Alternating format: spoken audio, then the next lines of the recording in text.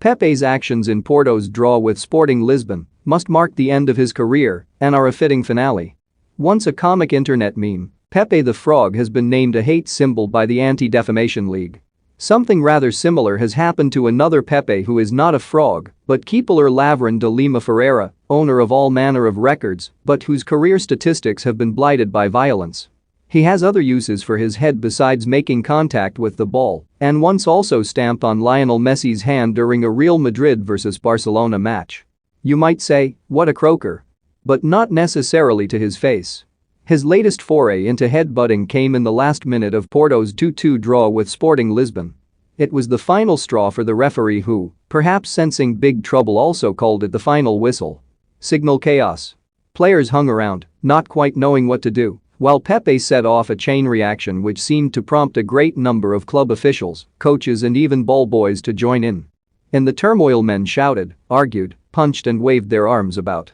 The ref was at the center of a vortex, taking names and, presumably, insults.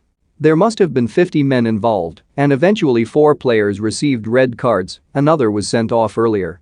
One of them was Pepe, gesticulating, accusing, and threatening. Read our Football News live blog for breaking news, transfer gossip and must-read stories. He hasn't much of a football career left. He's 39 next week and there are suggestions that he will be suspended for 2 years. Whether that happens or not, footballers have to realize they are not on the pitch to maim opponents. I understand they must be competitive, but nutting your way through 20 years is not the way to do it. Pepe, born in Brazil, settled in Portugal, and has 123 caps, a reward for years of unremitting centre-back work with, above all, Real Madrid when they repeatedly won the Champions League. He was also central to Portugal's success in the 2016 Euros. Less praiseworthy is his series of red cards. On 21 April 2009, he was involved in an incident with Getafe Javier Casquero with the score at 2-2 and only a few minutes to play. He brought him down in the penalty area and was sent off.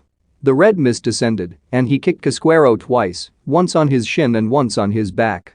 He wasn't finished with the Spaniard either. He also pushed his head into the turf and stamped on him several times.